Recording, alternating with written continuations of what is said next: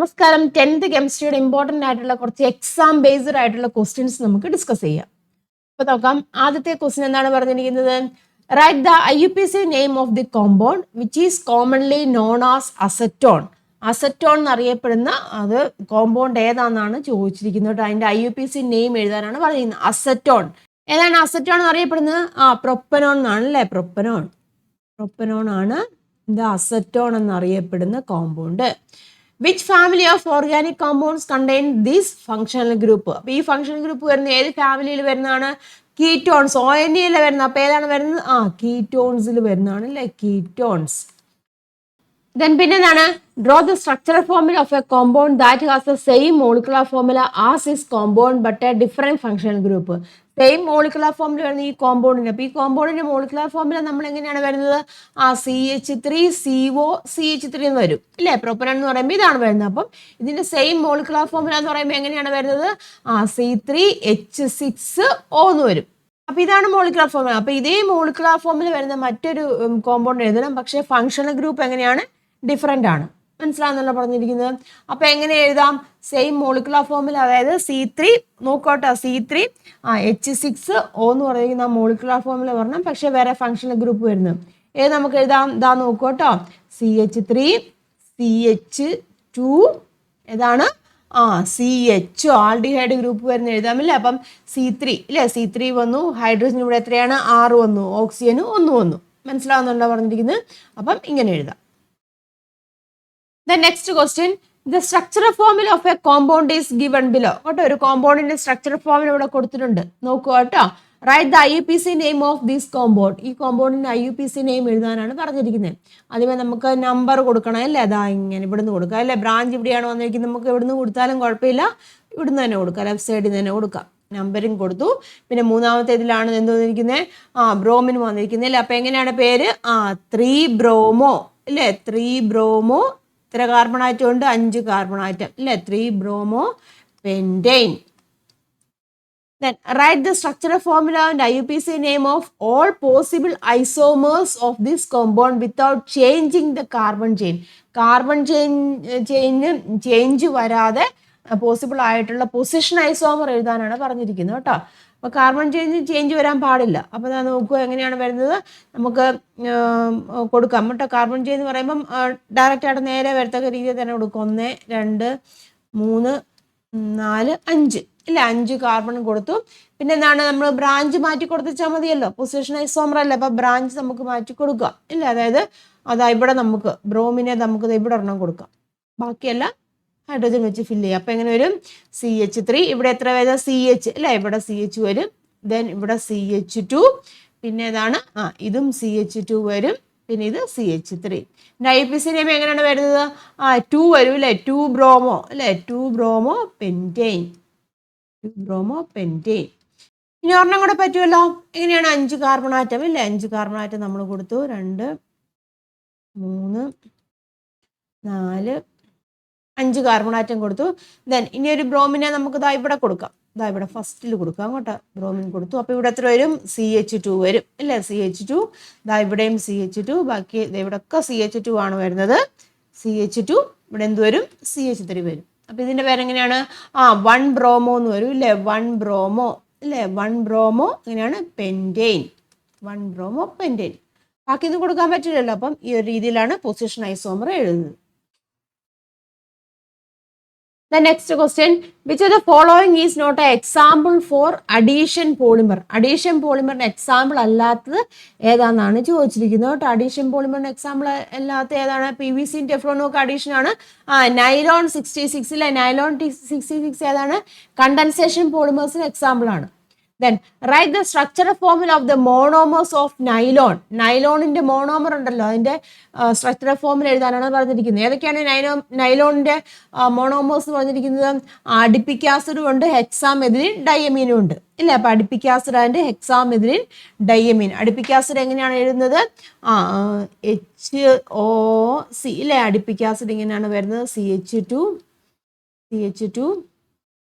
4COH. ഇതാണ് adipic acid. അതുപോലെ തന്നെ ഏതാണ്? അഡിപ്പിക് ആസിഡും പിന്നെ നമുക്കറിയാം മെഥിലിൻ ഡൈയമീനും ഉണ്ട് അല്ലേ. അപ്പോൾ എങ്ങനെയാണ് ഹെക്സാമെഥിലിൻ ഡൈയമീൻ എന്ന് പറയുമ്പോൾ എങ്ങനെയാണ് NH2 CH2 അല്ലേ, CH2 6 then NH2.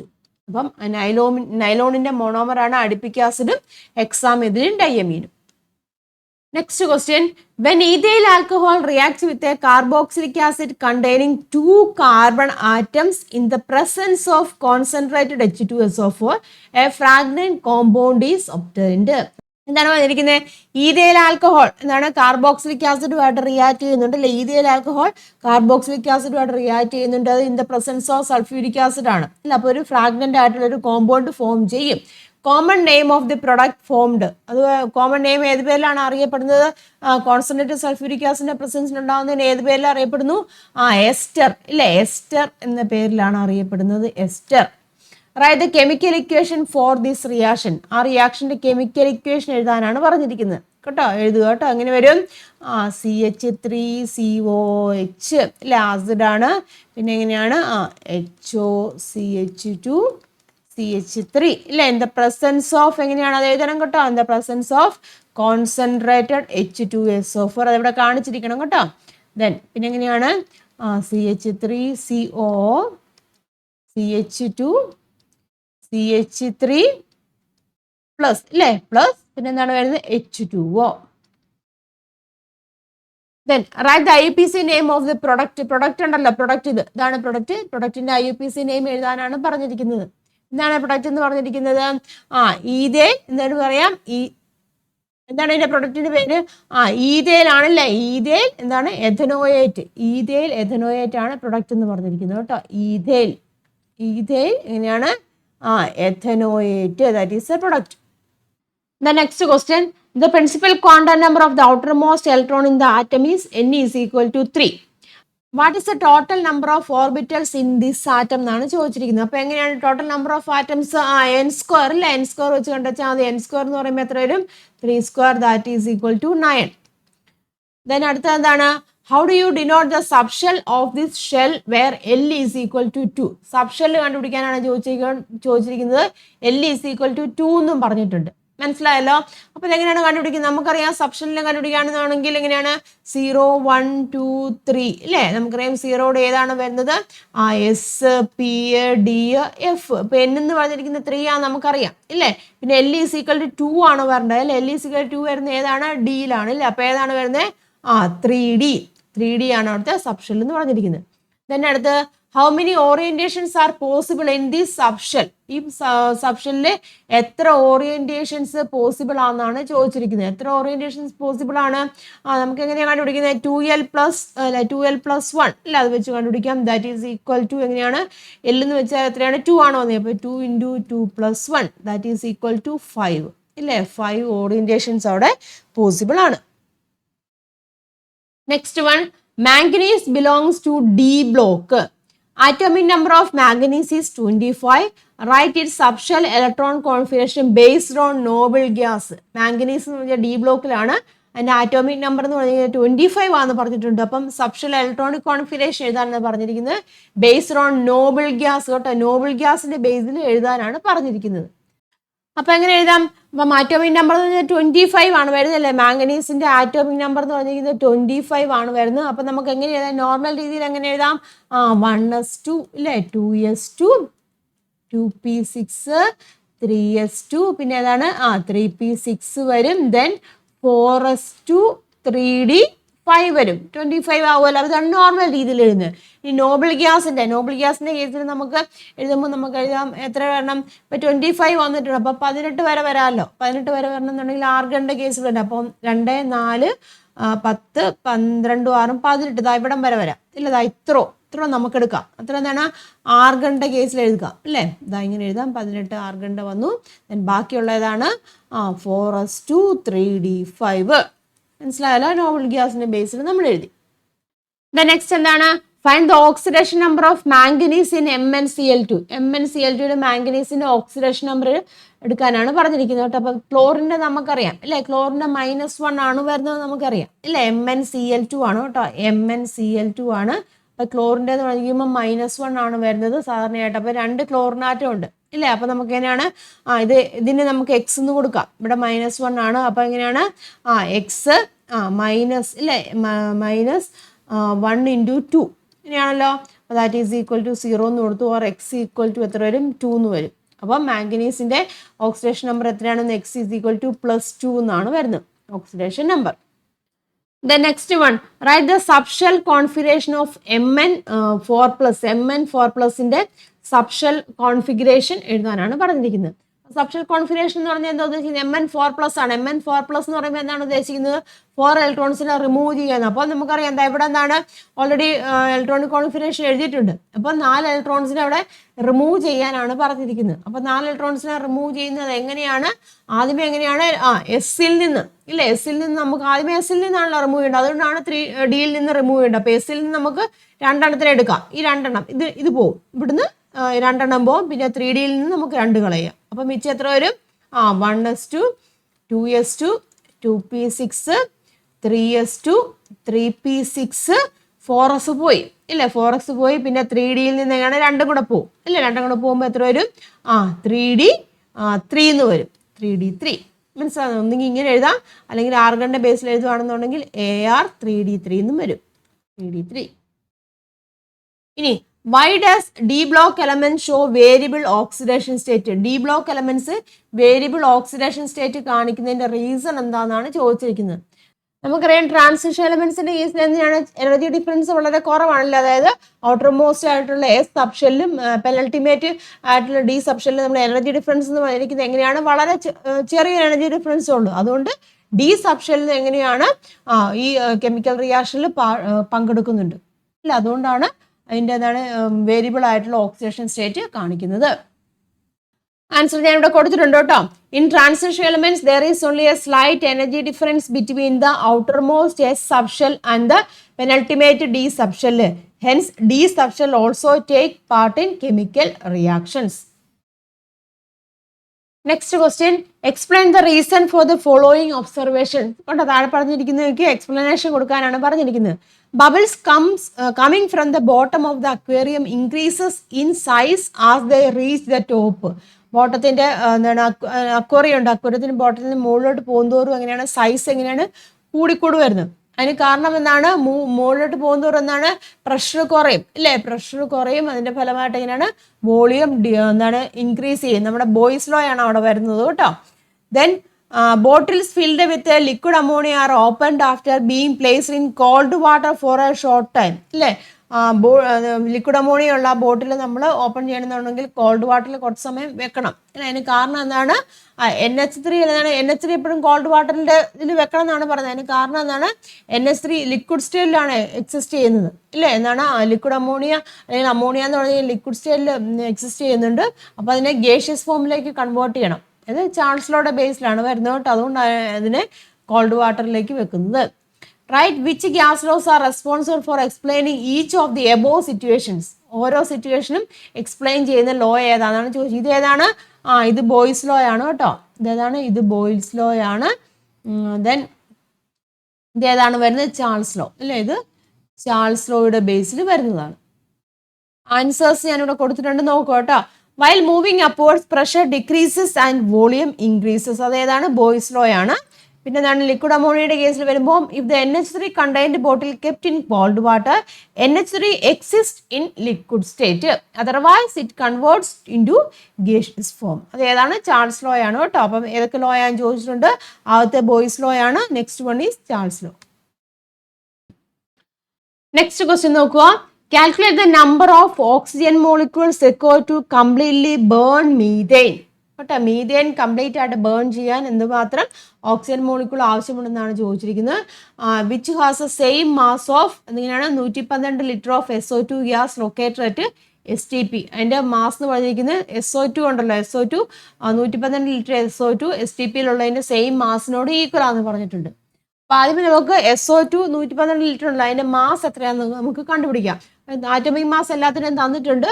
നമുക്ക് SO2 കണ്ടുപിടിക്കാം. അപ്പോൾ ഇവിടെ പറഞ്ഞിട്ടുണ്ട് 112 ലിറ്റർ SO2 എന്ന് പറഞ്ഞിട്ടുണ്ട്. അപ്പോൾ അതിൻ്റെ എന്താണ് മോളിക്കുലർ മാസ് നമുക്ക് കണ്ടുപിടിക്കാമല്ലോ. എങ്ങനെയാണ്?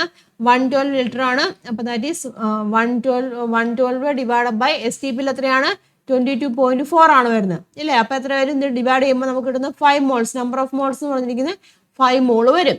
ഇനി മോളിക്കുലർ മാസ് എങ്ങനെയാണ് വരുന്നത്? ഇതിന് മോളിക്കുലർ മാസ് എന്ന് പറയുമ്പം ഇത് വരും 5 ഇൻറ്റു SO2 എല്ലാം തന്നിട്ടുണ്ട്. 32 ആണ്, ഓക്സിജൻ 16 ആണ്. SO2 എത്രയാണ് വരുന്നത്? 64 വരും. That is equal to 320 gram ആണ് വരുന്നത് കേട്ടോ. 320 ഗ്രാം എന്ന് വരും. മനസ്സിലാവുന്നല്ലോ?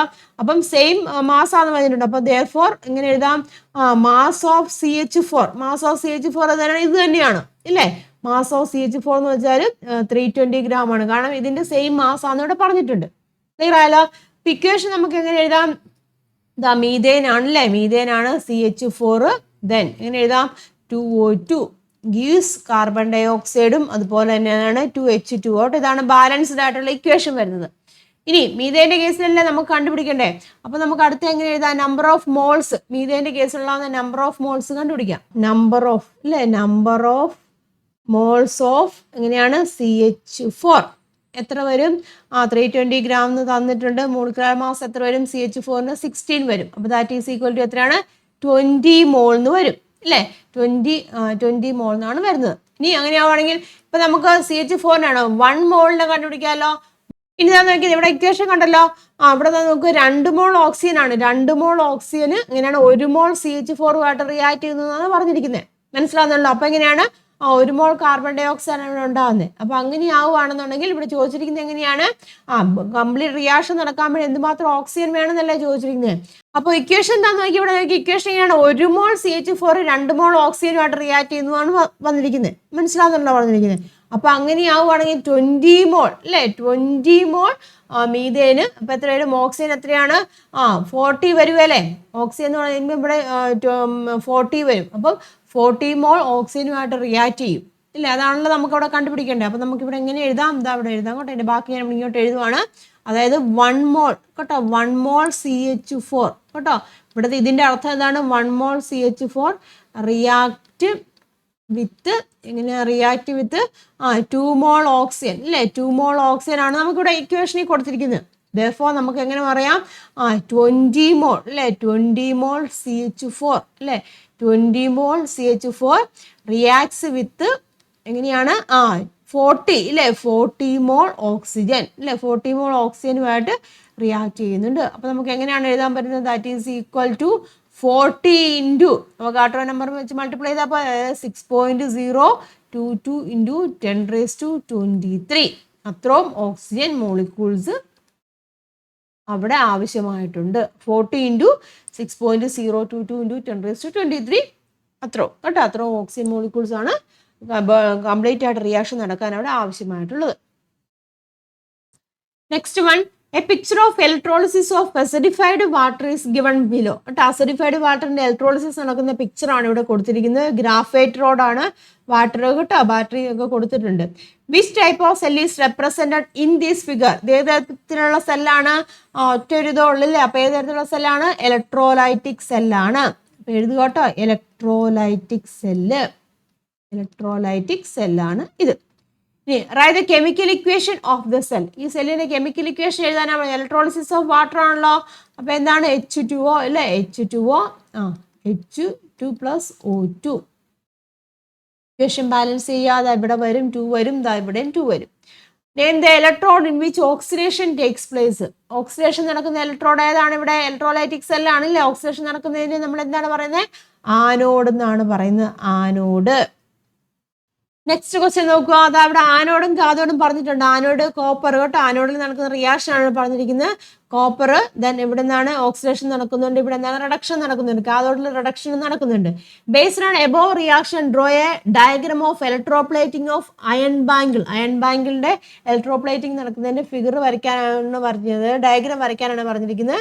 റൈറ്റ് ഇനി വൺ യൂസ് ഓഫ് ഇലക്ട്രോപ്ലേറ്റിംഗ്. ഇലക്ട്രോപ്ലേറ്റിംഗിന്റെ ഒരു യൂസ് എഴുതാനും പറഞ്ഞിട്ടുണ്ട്. ഇലക്ട്രോപ്ലേറ്റിംഗ് എന്തിനാണ്? കൊറോഷനെ പ്രിവെന്റ് ചെയ്യാം, അല്ലെങ്കിൽ ബ്യൂട്ടി എൻഹാൻസ് ചെയ്യാം അല്ലേ, അങ്ങനെയൊക്കെയുണ്ട്.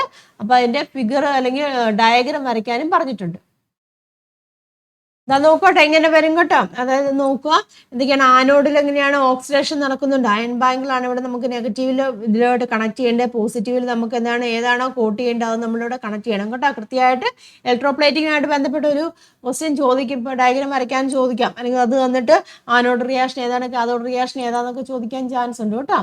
പിന്നെ യൂസ് ഓഫ് ഇലക്ട്രോപ്ലേറ്റിംഗ് അതും പഠിക്കാട്ടെ. Enhance the beauty of the metal and also prevent its corrosion. Next question, iron is extracted from ore using a system called blast furnace. അല്ലേ, അയൺ എക്സ്ട്രാക്ട് ചെയ്യുന്ന സിസ്റ്റത്തിന് പറയുന്ന പേരാണ് blast furnace. Which iron or is used here? ഇവിടെ ഉപയോഗിക്കുന്ന iron or ഏതാണ്? Hematite ആണ് അല്ലേ, ഹെമറ്റൈറ്റ് ആണ് നമ്മൾ ബ്ലാസ്റ്റ് ഫർണസിൽ ഉപയോഗിക്കുന്ന iron ore. Then what are the raw materials added to the blast furnace? ആ ബ്ലാസ്റ്റ് ഫർണസിലേക്ക് ആഡ് ചെയ്യുന്ന റോ മെറ്റീരിയൽസ് ഏതൊക്കെയാണ്? ഹെമറ്റൈറ്റ്, ഒന്ന് ഏതാണ്? ഹെമറ്റൈറ്റ് ആണ് അല്ലേ, ഹെമറ്റൈറ്റ്. പിന്നെ ഏതാണ്? ലൈം സ്റ്റോൺ ആഡ് ചെയ്യുന്നുണ്ടല്ലേ, ലൈംസ്റ്റോൺ അല്ലേ, ലൈംസ്റ്റോൺ ആഡ് ചെയ്യുന്നുണ്ട്. അതുപോലെ തന്നെ coke. Then what are the gangue and flux from these? ഇവിടെ നിന്നുള്ള ഗ്യാങ്ങും എന്താണ് ഫ്ലക്സും ഏതൊക്കെയാണെന്നാണ് ചോദിച്ചിരുന്നത്. ഗ്യാങ് ഏതാണ്? ഗ്യാങ് എന്ന് പറഞ്ഞിരിക്കുന്നത് ഏതാണ്? സിലിക്ക അല്ലേ, സിലിക്കയാണ് ഗ്യാങ് എന്ന് പറഞ്ഞിരിക്കുന്നത്. ദെൻ ഫ്ലക്സ് എന്ന് പറഞ്ഞിരിക്കുന്നത് ഏതാണ്? Calcium oxide, CO, calcium oxide ആണ് അവിടുത്തെ ഫ്ലക്സ്. ഇമ്പോർട്ടൻ്റ് ആണ് കേട്ടോ. ഏതിൻ്റെ ഒരു എക്സ്ട്രാക്ഷൻ ചോദിക്കാൻ ചാൻസ് ഉണ്ട്, അയണിനെയൊക്കെ മിക്കപ്പോഴും ചോദിക്കാം. അപ്പം അതിൻ്റെ കൃത്യമായിട്ട് ആ സ്റ്റെപ്പുകൾ പഠിച്ചു വെക്കുക. നെക്സ്റ്റ് ക്വസ്റ്റ്യൻ ഇവിടെ ചിത്രം കൊടുത്തിട്ടുണ്ട്. Observe the diagram and answer the following question. ഇത് എന്തിനാണ്? അലൂമിനിയത്തിന്റെ എക്സ്ട്രാക്ഷൻ ആണ് ഇവിടെ കൊടുത്തിരിക്കുന്നത്. Production of which metal is shown in the diagram? ഏതിന്റെ പ്രൊഡക്ഷൻ ആണ്? അലൂമിനിയം ഇല്ലേ, അലൂമിനിയത്തിന്റെ പ്രൊഡക്ഷന്റെ ആണ് നമുക്കിവിടെ കാണിച്ചിരിക്കുന്നത്. Then which substance is used here as electrolyte? ഇവിടെ ഇലക്ട്രോലൈറ്റ് ആണ് ഉപയോഗിക്കുന്നത് ഏതാണ്? മോൾട്ടൺ, ക്രയോലൈറ്റ് ആൻഡ് അലൂമിന അല്ലെ. ഏതൊക്കെയാണ് ഇലക്ട്രോലൈറ്റ് ആണ് ഉപയോഗിക്കുന്നത്? മോൾട്ടൺ ഉരുകിയ ക്രയോലൈറ്റും, അതുപോലെ തന്നെ എങ്ങനെയാണ്? Alumina. Which gas is liberated at the anode? ആനോഡിൽ ഏതാണ് ലിബറേറ്റ് ചെയ്യുന്നത്? ഏതാണ്? ഓക്സിജൻ ആണ് കേട്ടോ, ഓക്സിജൻ. പഠിച്ചോളൂ കേട്ടോ, അലൂമിനിയത്തിന്റെ എക്സ്ട്രാക്ഷൻ ഒക്കെ ചോദിക്കും, പഠിച്ചോളൂ. ഏതെങ്കിലും അവിടെ നിന്നൊക്കെ ഏതെങ്കിലും ആ പാർട്ടിൽ നിന്നൊക്കെ എവിടുന്നേലും ഒക്കെ എന്തെങ്കിലും ഒക്കെ ക്വസ്റ്റ്യൻ ചോദിക്കാൻ ചാൻസ് ഉണ്ട്. അപ്പൊ കൃത്യമായിട്ട് ടെക്സ്റ്റ് ബുക്ക് നല്ലോണം കവർ ചെയ്ത് പഠിക്കുക. Next question, caustic soda is industrially produced by chlor alkali process. കേട്ടോ, ഇതൊക്കെ ചോദിക്കാൻ കേട്ടോ. കാസ്റ്റിക് സോഡ എങ്ങനെയാണ് നിർമ്മിക്കുന്നത്? ആ പ്രോസസ്സിന് പറയുന്ന പേര് ക്ലോർ ആൽക്കലി പ്രോസസ് എന്നാണ്. Write the equation for the reaction taking place at anode. കേട്ടോ, ആനോഡിൽ നടക്കുന്ന റിയാക്ഷൻ എന്താണെന്നാണ് ചോദിച്ചിരുന്നത്. അപ്പം എന്താണ്? ക്ലോർ ആൽക്കലി പ്രോസസ്സിനെ കുറിച്ച് നല്ല ഐഡിയ ഉണ്ടായിരിക്കണം കേട്ടോ. അപ്പം ആനോഡിൽ നടക്കുന്ന പ്രവർത്തനം എന്തെന്നാണ് പറഞ്ഞിരിക്കുന്നത്. അപ്പം ആനോഡിൽ എന്താണ് നടക്കുന്നത്? ആനോഡിൽ നടക്കുന്നതാണ് എന്നിങ്ങനെ എഴുതാം. ക്ലോറിൻ്റെ ഇതാണ് അല്ലേ, Cl-, എങ്ങനെയാണ്? Cl2 അല്ലേ. അവിടെ ഇതാണ് ആനോഡിൽ നടക്കുന്ന പ്രവർത്തനം എന്ന് പറയുന്നത്. ദെൻ അടുത്ത എന്താണ്? Write the equation of the reaction taking place the cathode. കാഥോഡിൽ നടക്കുന്ന എഴുതാൻ ചോദിച്ചിട്ടുണ്ട് അല്ലേ. കാഥോഡിൽ നടക്കുന്ന റിയാക്ഷൻ എഴുതാനും പറഞ്ഞിട്ടുണ്ട്. അതെങ്ങനെയാണ്? ക്ലോർ ആൽക്കലി പ്രോസസ്സ് മൈൻഡിലുണ്ടായിരിക്കണം കേട്ടോ. 2 ഇലക്ട്രോണിനെ അവിടെ അക്സെപ്റ്റ് ചെയ്യുന്നുണ്ട്, ഹൈഡ്രജൻ അല്ലേ ഉണ്ടാവുന്നുണ്ട്. Then OH-. എപ്പോഴും ഇക്വേഷൻ എഴുതുമ്പോൾ അത് ബാലൻസ് ചെയ്യണം കേട്ടോ. അതാ ഇവിടെ ഒരു 2 വരും, ഇവിടെ എന്താണ്, പിന്നെ ഇവിടെ ഒരു 2 വരും കേട്ടോ. Write the equation for the formation of caustic soda. Caustic സോഡയുടെ ഫോർമേഷൻ ഉണ്ടല്ലോ, അതിന്റെ ഇക്വേഷൻ എഴുതാനാണ് പറഞ്ഞിരിക്കുന്നത്. എങ്ങനെയാണ്? Na+ഉം OH- അല്ലേ, that is NaOH. Caustic soda എന്ന് പറയുമ്പോൾ മൈൻഡിൽ വരണം NaOH ആന്നുള്ളൊരു കാര്യം നിങ്ങൾക്ക് അറിഞ്ഞിരിക്കണം കേട്ടോ.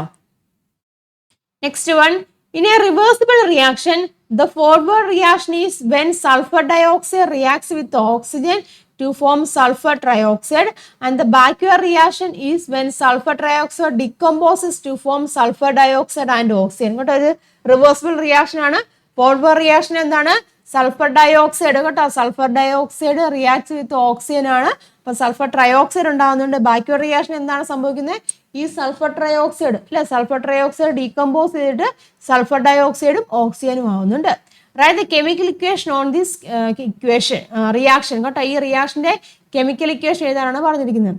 സൾഫർ ഡയോക്സൈഡ് ഓക്സിജനുമായിട്ട് റിയാക്ട് ചെയ്തിട്ട് റിവേഴ്സിബിൾ ആണ്. അപ്പം സൈൻ കേട്ടോ, റിവേഴ്സിബിളിന് ആ സൈൻ ഇമ്പോർട്ടൻ്റ് ആണ്, വരച്ച് എഴുതണം കേട്ടോ. ദെൻ SO3 ആണ് ഉണ്ടാകുന്നത്. ദെൻ ബാലൻസ് ചെയ്യുക, അതാ ഇവിടെ 2 വരും കേട്ടോ. മനസ്സിലായല്ലോ? അപ്പം റിവേഴ്സിബിൾ റിയാക്ഷൻ ആണ്. പിന്നെ ഇത് ഡീകമ്പോസ് ചെയ്തിട്ട് SO2 ഓക്സിജനുമായിട്ട് മാറുന്നുണ്ട്. ഇനി what is effect of pressure on this chemical reaction? ഈ കെമിക്കൽ റിയാക്ഷനിൽ പ്രഷറിന്റെ എഫക്റ്റ് എന്താണെന്നാണ് ചോദിച്ചിരിക്കുന്നത്. എന്താണ്? പ്രഷർ കൂട്ടുവാണ്. പ്രഷർ ഇൻക്രീസ് ചെയ്യുമ്പോൾ എന്ത് സംഭവിക്കും? Rate of forward reaction increase എന്ന് പറയാം. പ്രഷർ ഇൻക്രീസ് ചെയ്യുവാണെന്നുണ്ടെങ്കിൽ ഇങ്ങനെ പറയാം, റേറ്റ് ഓഫ് കേട്ടോ, rate of forward reaction, rate of forward reaction എന്ത് സംഭവിക്കുന്നുണ്ട്? ഇൻക്രീസസ്. ഇനി പ്രഷർ കുറയ്ക്കുക, പ്രഷർ നമ്മൾ ഡിക്രീസ് ചെയ്ത് പ്രഷർ കുറയ്ക്കുമ്പോൾ എന്ത് സംഭവിക്കുന്നുണ്ട്? റേറ്റ് ഓഫ്, ഇങ്ങനെ പറയാം, റേറ്റ് ഓഫ് ബാക്ക്വേർഡ് റിയാക്ഷൻ കേട്ടോ. റേറ്റ് ഓഫ് ബാക്ക്വേർഡ് റിയാക്ഷൻ എങ്ങനെയാണ്? Increases. Rate of backward reaction increases. Sentence തന്നെയായിട്ട് എഴുതി കേട്ടോ. വെൻ പ്രഷർ ഇൻക്രീസസ്, അല്ലെങ്കിൽ if we increase pressure the rate of forward reaction increases, then if we decrease pressure rate of backward reaction increases. Next question നോക്കുക. The Haber process is the industrial production of NH3. ചോദിക്കാം അങ്ങോട്ട്, NH3യുടെ production പറയുന്ന പേരെന്താണ്? Haber process എന്നാണ് പറയുന്നത്. Check the chemical equation given below and correct it if there is a mistake. കേട്ടോ, ഇവിടെ equation കൊടുത്തിട്ടുണ്ട്. എന്തെങ്കിലും മിസ്റ്റേക്ക് ഉണ്ടെന്നുണ്ടെങ്കിൽ കറക്റ്റ് ചെയ്യാനാണ് പറഞ്ഞിരിക്കുന്നത് കേട്ടോ. എന്താണ് ഇവിടുത്തെ മിസ്റ്റേക്ക് എന്ന് പറഞ്ഞിരിക്കുന്നത്? ഇവിടെ ഹീറ്റ് ആഡ് ചെയ്യണോ? ഇതുകൊണ്ടല്ലേ ഈ ഹീറ്റ് ഇവിടെ ആഡ് ചെയ്യണോ? വേണ്ട അല്ലേ? അപ്പൊ അതൊരു മിസ്റ്റേക്ക് ആണ്. അപ്പൊ എങ്ങനെ എഴുതാം ഇക്വേഷൻ? N2 പ്ലസ് എങ്ങനെയാണ്? 3H2 അല്ലേ, 3H2. പിന്നെ ഇവിടെ നോക്കുക, റിവേഴ്സിബിൾ റിയാക്ഷൻ ആണ്. പക്ഷെ ഇവിടുത്തെ കാറ്റലിസ്റ്റ് ഏതാണ്? വനേഡിയം പെന്റോക്സൈഡ് ഇവിടെ കൊടുത്തിരിക്കുന്നത്. വനേഡിയം പെന്റോക്സൈഡ് ആണ് ഇവിടുത്തെ കാറ്റലിസ്റ്റ് അല്ല, സ്പോഞ്ചി അയൺ ആണ് അല്ലേ, സ്പോഞ്ചി അയൺ ആണ് ഇവിടുത്തെ കാറ്റലിസ്റ്റ് എന്ന് പറഞ്ഞിരിക്കുന്നത് കേട്ടോ. അപ്പം അതാണ് എഴുതേണ്ടത്, വനേഡിയം പെന്റോക്സൈഡ് അല്ല കേട്ടോ. അപ്പം ഫോർവേഡ് റിവേഴ്സിബിൾ റിയാക്ഷൻ ആണ്, കൃത്യമായിട്ട് നിങ്ങൾ വരയ്ക്കണം കേട്ടോ. റിവേഴ്സിബിൾ റിയാക്ഷൻ ഈ സൈൻ ഇവിടെ കൃത്യമായിട്ട് ഇട്ടിരിക്കണം. ഇനി ബാക്കി എന്ത് വരുന്നേ? 2NH3. എന്ന് ഹീറ്റ് ഇവിടെയാണ് ലിബറേറ്റ് ചെയ്യുന്നത് കേട്ടോ. ഹീറ്റിന്റെ പ്രസൻസിലല്ല, ഹീറ്റ് ഇവിടെ ലിബറേറ്റ് ചെയ്യുകയാണ് ചെയ്യുന്നത്. Then what is the reason for using a relatively high temperature for 50 degrees Celsius in the industrial production of ammonia? അമോണിയയുടെ ഇൻഡസ്ട്രിയൽ പ്രൊഡക്ഷൻ നമ്മൾ ഹൈ ടെമ്പറേച്ചർ ഉപയോഗിക്കുന്നുണ്ട്. ഇതിനു വേണ്ടിയാണ് ഉപയോഗിക്കുന്നത്. ലോ ടെമ്പറേച്ചറിൽ എന്ത് സംഭവിക്കുന്നുണ്ട്? Rate of forward and backward reaction എങ്ങനെയാണ്? സ്ലോ ആയി പോകും അല്ലേ? അപ്പോൾ അതുകൊണ്ട് എങ്ങനെയാണ്? കൂടുതൽ സമയം എടുക്കും ഇക്വിലിബ്രിയത്തിൽ എത്താൻ വേണ്ടി. അതുകൊണ്ടാണ് ഹൈ ടെമ്പറേച്ചറോട് ഉപയോഗിക്കുന്നത്. ദെൻ റൈറ്റ് ഇനി 2 യൂസ് ഓഫ് അമോണിയ. അമോണിയയുടെ 2 യൂസ് എഴുതാൻ പറഞ്ഞിട്ടുണ്ട്. കെമിക്കൽ ഫെർട്ടിലൈസേഴ്സ്, പെട്രോളിയം റിഫൈനിങ് കേട്ടോ, ഇതിനൊക്കെ ഉപയോഗിക്കുന്നുണ്ട്. ഇതവിടെ കൊടുത്തിട്ടുണ്ട് കേട്ടോ. ആൻസർ അറ്റ് ലോ ടെമ്പറേച്ചർ എന്താണ് സംഭവിക്കുന്നത്? Rate of forward and backward reaction becomes late ആവും, ടു ലേറ്റ് ആവും. Hence system will take more time to attain equilibrium. ഇക്വിലിബ്രിയത്തിൽ എത്താൻ വേണ്ടി ഒരുപാട് സമയം എടുക്കും. അതുകൊണ്ടാണ് നമ്മളവിടെ ഹൈ ടെമ്പറേച്ചർ കൊടുക്കുന്നത്. പിന്നെ യൂസ്, അമോണിയയുടെ യൂസ് കേട്ടോ ഇമ്പോർട്ടൻ്റ് ആണ് കേട്ടോ. അമോണിയയുടെ മാനുഫാക്ചറിങ് എങ്ങനെയാണെന്ന് ചോദിക്കുക, പറയുന്ന പ്രോസസ്സിന് പറയുന്ന പേരെന്താണ്? അവിടുത്തെ കെമിക്കൽ റിയാക്ഷൻ. അപ്പോൾ ഈ രീതിയിലൊക്കെ ക്വസ്റ്റ്യൻസ് ചോദിക്കാൻ എവിടുന്ന് വേണമെന്നുള്ള ഓരോ സെൻറ്റൻസിലും അവിടെ ക്വസ്റ്റ്യൻസ് ഉണ്ട് കേട്ടോ. അപ്പം ടെക്സ്റ്റ് ബുക്ക് നല്ലോണം വായിക്കുക, വായിച്ച് മനസ്സിലാക്കി തന്നെ ഓരോ സെൻറ്റൻസും ക്വസ്റ്റ്യൻ ആണെന്ന രീതിയിൽ തന്നെ പഠിക്കുക കേട്ടോ. അപ്പോൾ ഒരു 15 മോസ്റ്റ് ഇമ്പോർട്ടൻ്റ് ആയിട്ടുള്ള ഒരു 15 ക്വസ്റ്റ്യൻ ആണ്. എല്ലാ ചാപ്റ്ററിലും ഇൻക്ലൂഡ് ആയിട്ടുള്ള ഒരു 15 ക്വസ്റ്റ്യൻ ആണ് ഞാനിവിടെ ചെയ്തിട്ടുള്ളത്. പഠിക്കുക, ഈ എല്ലാ ക്വസ്റ്റ്യൻസും പഠിക്കുക, അല്ലെങ്കിൽ ഇതുമായിട്ട് റിലേറ്റ് ചെയ്ത് ഇപ്പം ഈ രീതിയിൽ തന്നെ ചോദിക്കണം നിർബന്ധമൊന്നുമില്ല. അതായത് ഇതേ ഫോർമാറ്റിൽ ചോദിക്കണം നിർബന്ധമൊന്നുമില്ല, അങ്ങോട്ടേക്കൊണ്ട് മാറ്റം വരുത്തി. ഇപ്പം ക്വസ്റ്റ്യൻ എന്താണ് വേറെ രീതിയിൽ ചോദിക്കാം, അല്ലെങ്കിൽ ആൻസർ എന്താണ് ആൻസർ ക്വസ്റ്റ്യൻ ആയിട്ടൊക്കെ ചോദിക്കാം. അപ്പോൾ ഇതുമായിട്ട് ബന്ധപ്പെട്ട എല്ലാ കാര്യങ്ങളും നിങ്ങൾ കംപ്ലീറ്റ് ആയിട്ട് കവർ ചെയ്ത് പഠിക്കുക കേട്ടോ. ഈ 15 ക്വസ്റ്റ്യൻ എല്ലാവർക്കും ക്ലിയർ ആയി കാണുമെന്ന് ഞാൻ വിചാരിക്കുന്നു. എന്തെങ്കിലും ഡൗട്ട് ഉണ്ടെന്നുണ്ടെങ്കിൽ നിങ്ങൾ ടെക്സ്റ്റ് ബുക്ക് നല്ലോണം വായിച്ച് ആ സെക്ഷൻ വായിച്ച് മനസ്സിലാക്കി തന്നെ എടുക്കുക കേട്ടോ. ഈ 15 ക്വസ്റ്റ്യൻസും പഠിക്കുക. ഇതുപോലെയുള്ള മറ്റ് കുറച്ച് ക്വസ്റ്റ്യൻസുകളൊക്കെ ആയിട്ട് നമുക്ക് നെക്സ്റ്റ് വീഡിയോയിൽ കാണാം. അപ്പോൾ എല്ലാവരും മാക്സിമം ഷെയർ ചെയ്യുക, നല്ലോണം പഠിക്കുക, എഴുതി തന്നെ പഠിക്കുക കേട്ടോ. താങ്ക്